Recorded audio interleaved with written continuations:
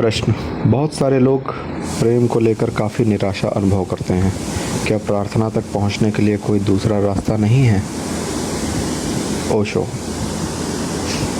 नहीं।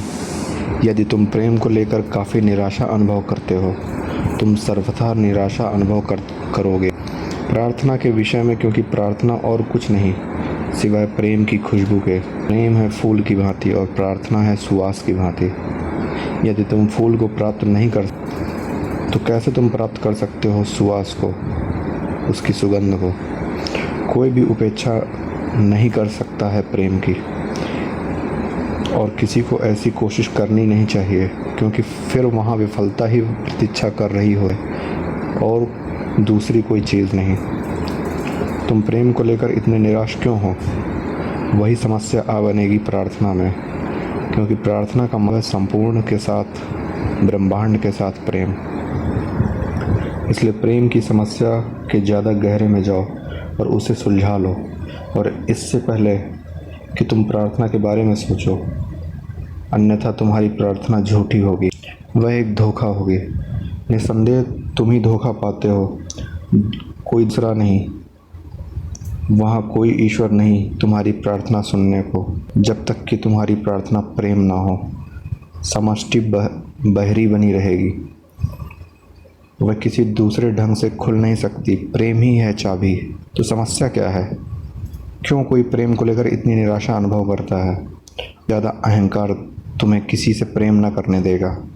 यदि तुम बहुत अहम केंद्रित हो, बहुत स्वार्थी हो, स्वार्थ से ही जुड़े हो, अहम अभिभूत हो, तो प्रेम संभव ना होगा, क्योंकि व्यक्ति को थोड़ा झुकना पड़ता है और व्यक्ति को अपना दायरा थोड़ा छोड़ना पड़ता है। व्यक्ति को थोड़ा समर्पण करना पड़ता है प्रेम में, चाहे कितना ही थोड़ा हो। व्यक्ति को एक हिस्से का समर्पण करना ही है, और किन्हीं निश्चित क्षणों में समर्पण करना होता है संपूर्ण रूप से। दूसरे को समर्पण करने की ही समस्या है। तुम चाहो कि दूसरा समर्पण कर दे तुम्हें, लेकिन दूसरा भी होता है उसी अवस्था में। जब दो अहंकार मिलते हैं तो वे चाहते हैं कि दूसरे को समर्पण करना चाहिए, और दोनों कोशिश कर रहे होते हैं एक ही बात की। प्रेम बन जाता है एक निराशा भरी चीज़। दूसरों को समर्पण के लिए विवश करने को प्रेम नहीं कहते हैं, वह तो घृणा होती है जो विवश करती है दूसरे को तुम्हारे प्रति समर्पण करने के लिए, क्योंकि दूसरे को तुम्हारे प्रति समर्पण करने के लिए विवश करना दूसरे को नष्ट करना है। यही होता है घृणा का स्वभाव। यह एक प्रकार की हत्या हो जाता है। प्रेम है स्वयं का समर्पण दूसरे के प्रति। इसलिए नहीं करना क्योंकि तुम विवश किए गए हो समर्पण करने को, नहीं। यह एक ऐच्छिक चीज़ है, तुम बस आनंदित होते हो उससे। ऐसा नहीं है तुम्हें विवश किया जाता है। कभी समर्पण मत करना उस किसी के प्रति जो कि तुम्हें विवश कर रहा हो समर्पण करने को, क्योंकि वह बात हो जाएगी आत्मघात। कभी समर्पण मत करना उस किसी के प्रति जो चालाकी से तुम्हारा इस्तेमाल कर रहा हो, क्योंकि वह होगी गुलामी, प्रेम नहीं। समर्पण करना अपने से, और गुणवत्ता तुरंत बदल जाती है। जब तुम समर्पण करते हो अपने से, तो वह उपहार होता है, हृदय का उपहार। और जब तुम समर्पण करते हो अपने से, अपनी ही इच्छा से, तुम बस स्वयं को कर देते हो दूसरे का।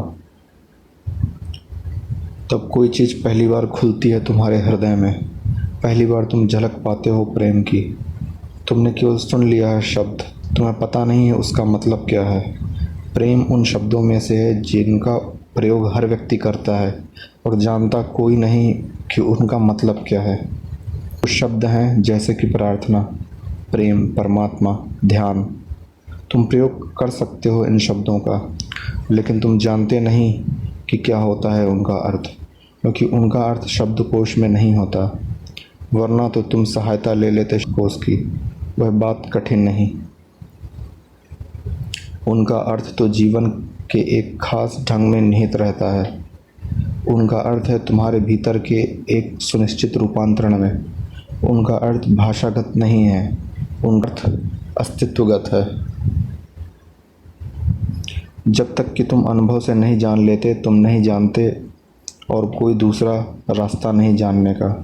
तुम्हें समर्पण करना होता है अपने से बेशर्त, क्योंकि यदि कहीं कोई होती है तो वह एक सौदा होता है। यदि वहाँ यह शर्त भी है कि मैं तुम्हें समर्पण कर दूंगा, यदि तुम समर्पण कर दो मेरे प्रति, तो भी वह समर्पण नहीं होता है। वह कहला सकता है व्यापारिक सौदा, ना कि समर्पण बाजार की चीज़ नहीं, वह बिल्कुल नहीं है अर्थशास्त्र का हिस्सा।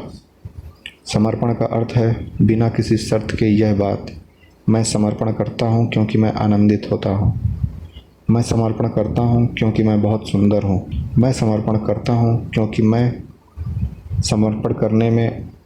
समर्पण करने में अकस्मात मेरा दुख तिरोहित हो जाता है, क्योंकि दुख अहंकार की प्रतिछाया है। जब तुम समर्पण करते हो अहंकार नहीं रहता, तो कैसे बना रह सकता है दुख। इसलिए प्रेम इतना प्रसन्न होता है। जब कोई प्रेम में पड़ता है, अकस्मात ऐसा होता है जैसे कि बसंत खिल आया हो हृदय में। वे पक्षी जो मौन थे चहचहाने लगे। उन्हें कभी नहीं सुना था उन्हें। अचानक भीतर हर चीज़ खिल उठी और तुम भर जाते हो उस सुवास से जो इस धरती की नहीं होती है। प्रेम इस पृथ्वी की एकमात्र किरण होती है जो संबंध रखती है पार के सत्य से। तो तुम नहीं टाल सकते प्रेम को और नहीं पहुंच सकते प्रार्थना तक, क्योंकि प्रेम है प्रार्थना का प्रारंभ। यह ऐसा है जैसे कि तुम पूछ रहे हो क्या हम आरंभ से बचकर पहुंच सकते हैं अंत तक। वैसा संभव नहीं, ऐसा कभी घटा नहीं और कभी घटेगा भी नहीं। कौन सी समस्या होती है प्रेम? पहले तुम समर्पण नहीं कर सकते। यदि तुम प्रेम में समर्पण नहीं कर सकते तो कैसे तुम समर्पण करोगे प्रार्थना में, क्योंकि प्रार्थना समग्र समर्पण की मांग करती है। प्रेम तो इतना नहीं मांगता है, प्रेम समर्पण मांगता है। लेकिन आंशिक समर्पण भी ठीक है। यदि तुम कभी कभी कुछ समर्पण भी करते हो तो उन क्षणों में भी एक द्वार खुलता है और तुम्हें कुछ अलौकिक की झलक मिलती है। प्रेम बहुत समर्पण की मांग नहीं करता है, और यदि तुम प्रेम की मांगों को पूरा नहीं कर सकते तो कैसे तुम पूरा करोगे प्रार्थना की मांगों को। प्रार्थना नितांत रूप से समर्पण मांगती है। यदि तुम एक ही हिस्से का समर्पण करते हो तो वह तुम्हें स्वीकार नहीं करेगी, वह नहीं स्वीकार करेगी तुम्हें। यदि कई बार तो तुम समर्पण करते हो और कई बार नहीं करते। प्रार्थना बहुत मांग करती है, व्यक्ति को गुजरना ही पड़ता है प्रेम से। यदि तुम मुझसे पूछो तो मैं कहूँगा कि प्रेम पाठशाला है प्रार्थना के लिए, एक प्रशिक्षण, अनुशासन, ज़्यादा ऊंची छलांग लगाने की एक तैयारी। मैं संपूर्ण रूप से हूँ प्रेम के पक्ष में। जो कह रहे हो तुम उसके लिए कोशिश की है लोगों ने, सदियों से कोशिश करते आए हैं लोग जो प्रेम नहीं कर सकते थे उन्होंने कोशिश की है प्रार्थना करने की। सारे मठ धर्म स्थान भरे हुए हैं वैसे ही लोगों से, प्रेम में असफल व्यक्तियों से। प्रेम में निराश होकर उन्होंने सोचा कि कम वे प्रार्थना की कोशिश तो कर ही सकते थे। लेकिन यदि तुम असफल होते हो प्रेम में तो कैसे कर सकते हो तुम प्रार्थना। धर्म स्थानों में संसार भर में हजारों लोग अपनी प्रार्थनाएं कर रहे हैं, लेकिन वे नहीं जानते कि प्रेम क्या होता है। तब प्रार्थना बन जाती है मात्र एक शाब्दिक बड़बड़ाहट। तब वे परमात्मा से बातें किए जाते हैं सिर से ही। परमात्मा के साथ संप्रेषण होता है हृदय का। परमात्मा के साथ तुम सिर के बात नहीं कर सकते, क्योंकि परमात्मा ऐसी किसी भाषा को नहीं जानता जिससे तुम्हारा सिर जानता हो। वह केवल एक भाषा जानता है, वह है प्रेम। इसलिए जीसस कहते हैं प्रेम ईश्वर है, क्योंकि प्रेम एकमात्र मार्ग है उस तक पहुंचने का, और प्रेम एकमात्र भाषा है जिसे वह समझता है। यदि तुम बोलते हो अंग्रेजी तो वह नहीं जानेगा, यदि तुम बोलते हो तो जर्मन तो वह बिल्कुल नहीं समझेगा। वह पृथ्वी की कोई भाषा नहीं समझता। यदि कहता हूँ मैं, यदि तुम बोलते हो जर्मन तो बिल्कुल नहीं, क्योंकि जर्मन अधिक पुरुष चित्तमयी भाषा है। जर्मन अपने देश को कहते हैं फादरलैंड। सारा संसार अपने अपने देश को कहता है मदरलैंड। जितनी ज़्यादा पुरुष चित्त के अनुकूल होती है कोई भाषा, उसे उतना ही कम समझ सकता है परमात्मा। वस्तुतः परमात्मा पुरुष चित्त से अधिक स्त्री चित्त को समझता है, क्योंकि ये चित्त पुरुष चित्त की अपेक्षा हृदय के ज़्यादा निकट होता है।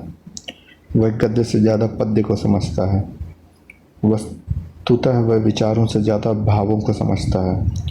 वह आंसुओं को, मुस्कानों को ज़्यादा समझ लेता है धारणाओं की अपेक्षा। यदि तुम पूरे हृदय से रो सकते हो तो वह समझ जाएगा। यदि तुम नृत्य कर सकते हो तो वह समझ लेगा। लेकिन यदि तुम शब्दों में बोले चले जाओ तो वे मात्र फेंके जा रहे होते हैं शून्यता में। कोई नहीं समझता। परमात्मा समझता है मौन को, और प्रेम बहुत मौन होता है। वस्तुतः जब दो व्यक्ति प्रेम में पड़ते हैं तो वे एक साथ चुपचाप बैठना चाहेंगे। जब प्रेम तिरोहित हो जाता है, केवल तभी भाषा बीच में चली आती। पति और पत्नी निरंतर बोलते जाते हैं, क्योंकि प्रेम मिट चुका होता है। सेतु अब वहाँ नहीं रहा, तो किसी तरह वे भाषा का सेतु बना लेते हैं। वे किसी भी चीज़ की बात करते हैं, अफवाहों की, राजनीति की, गप्पेबाजियों की, क्योंकि मौन को वे बर्दाश्त नहीं कर सकते। वे कभी वे मौन होते हैं तो अकस्मात वे अकेले पड़ जाते हैं। पत्नी नहीं होती है वहाँ, पति नहीं होता है वहाँ बनी होती है विशाल दूरी। भाषा के द्वारा वे स्वयं को धोखा दे लेते हैं कि दूरी वहाँ है ही नहीं। गहन प्रेम में लोग मौन रहते हैं। बोलने की कोई ज़रूरत नहीं होती। परस्पर बिना कुछ बोले ही वे समझते हैं। वे एक दूसरे का हाथ पकड़ सकते हैं और चुपचाप बैठे रह सकते हैं। प्रार्थना भी मौन होती है। लेकिन यदि तुम प्रेम में कभी मौन नहीं रहे तो कैसे तुम मौन रहोगे प्रार्थना में? वह मौन है तुम्हारे और समष्टि के बीच। प्रेम है दो व्यक्तियों के बीच का मौन। प्रार्थना है समष्टि और एक व्यक्ति के बीच का मौन। वह समष्टि, वह अखंड संपूर्णता है परमात्मा। प्रेम एक प्रशिक्षण है, वह एक पाठशाला है। मैं कभी नहीं सुझाऊंगा कि तुम उससे बचो। यदि तुम कतराते हो उससे तो तुम कभी नहीं पहुंचोगे प्रार्थना तक। और जब तक तुम प्रार्थना करते हो तुम इतनी ज़्यादा बातें करोगे तो भी यह हृदय संप्रेषण नहीं कर पाएगा वो कोई संवाद। तो चाहे कितना ही कठिन हो पाठ, कितना ही मुश्किल हो ठंडेपन को समाप्त करना, प्रेम को टाल जाने की कोशिश मत करना। प्रार्थना प्रेम से किया हुआ पलायन नहीं है। मत बना लेना उसे पलायन। तो ने किया है वैसा और विफल हुए हैं। तुम संसार के किसी धर्म स्थान जा सकते हो और जरा देख सकते हो उन मूढ़ों को जो विफल हुए, असफल हुए, क्योंकि उन्होंने प्रेम से बचने का प्रयत्न किया। व्यक्ति को प्रेम में से गुजरना ही पड़ता है, अन्यथा तुम क्रोधित रहोगे जीवन भर। कैसे तुम प्रार्थना कर पाओगे यदि तुम जीवन के प्रति गहरा अस्वीकार बनाए रहो? कैसे तुम करोगे स्वीकार और कैसे करोगे प्रार्थना? तुम निंदा करने वाले बने रहोगे, स्वीकृति संभव ना होगी। प्रेम में पहली बार तुम स्वीकार करते हो। प्रेम में पहली बार तुम जान पाए कि अर्थ मौजूद है और जीवन अर्थपूर्ण है। प्रेम में पहली बार तुम अनुभव करते हो कि तुम इस संसार के अपने ही हो, ना तो अजनबी हो, ना ही कोई बाहरी आदमी। प्रेम में पहली बार एक छोटा सा घर निर्मित होता है। प्रेम में पहली बार तुम अनुभव करते हो शांति। कोई तुम्हें प्यार करता है और तुम उसके साथ प्रसन्नता अनुभव करता है। पहली बार तुम भी स्वीकार करते हो स्वयं को, वरना कैसे तुम स्वीकार करोगे स्वयं को? जीवन में एकदम बचपन से ही तुम्हें सिखाया गया है स्वयं को निंदित करना, अस्वीकृत करना। ऐसा मत करो, वैसा मत बनो। हर कोई उपदेश देता रहा है तुम्हें और हर कोई कोशिश करता रहा है तुम्हें समझाने की कि तुम बिल्कुल गलत कर रहे हो, तुम बिल्कुल गलत हो और तुम स्वयं को सुधारना है। ऐसा हुआ, एक कहानी है मुल्ला नसरुद्दीन की। एक बार मुल्ला नसरुद्दीन की पत्नी बहुत बीमार, वह अस्पताल में थी। मुल्ला रोज़ आया करता था, डॉक्टरों से और नर्सों से पूछता रहता उसके बारे में और वे कह देते उसकी हालत सुधर रही है, और उसकी हालत ज़्यादा बिगड़ रही थी रोज़। लेकिन डॉक्टर और नर्स ने जारी रखा कहना कि उसकी हालत सुधर रही है, उसमें सुधार हो रहा है। मैं पूछा करता मुल्ला नसरुद्दीन से, कैसी है तुम्हारी पत्नी? वह कहता, डॉक्टर कहते हैं एकदम ठीक और हालत सुधर रही है। नर्सें कहती हैं उसमें सुधार हो रहा है, तो जल्दी ही वह ज़रूर घर आ जाएगी, उसको डिस्चार्ज कर दिया जाएगा। फिर एक दिन वह अचानक चल बसी। तो मैंने पूछा उससे, क्या हुआ नसरुद्दीन? तो उसने अपने के उचका दिए और बोला, मैं समझता हूँ वह उस तमाम सुधार को सह नहीं सकी, बहुत ज़्यादा था वह सब।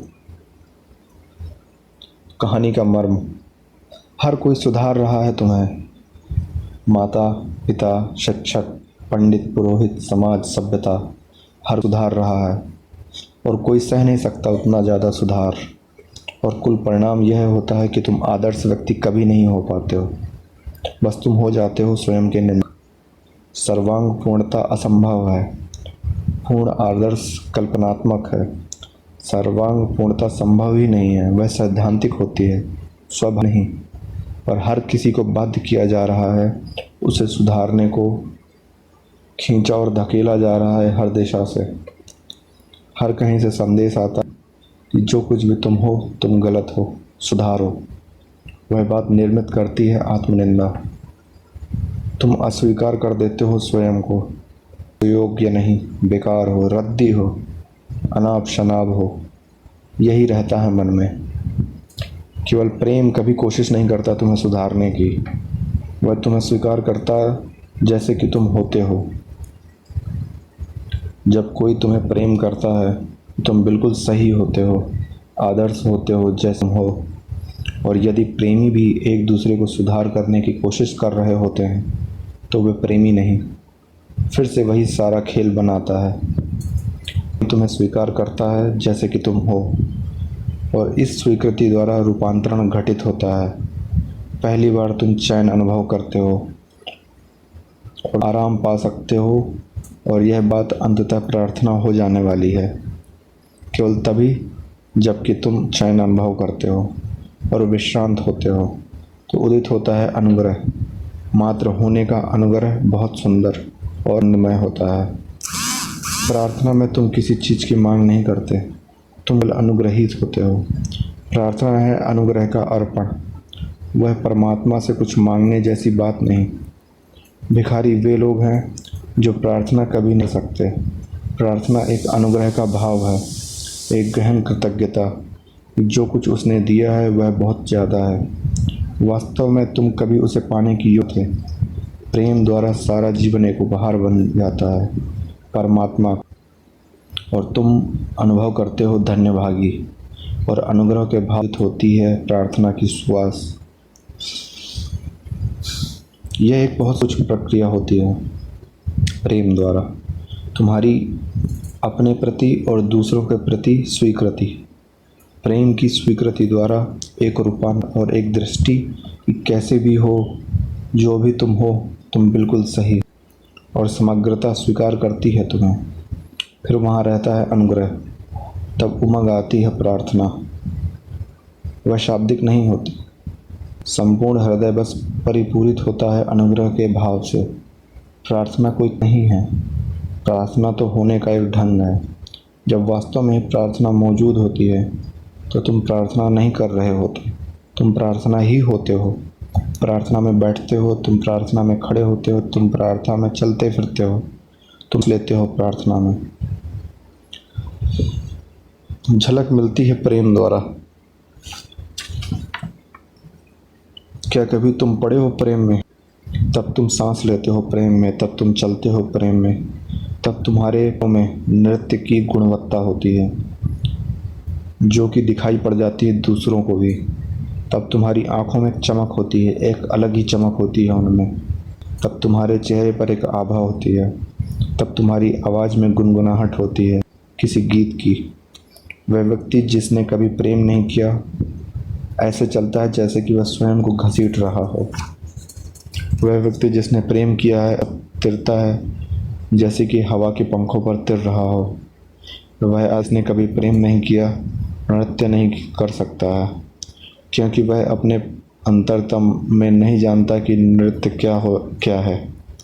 वह आनंदपूर्ण नहीं हो सकता, उदास होता है, बंद होता है, लगभग मरा हुआ, करीब करीब कब्र में ही रहा होता है।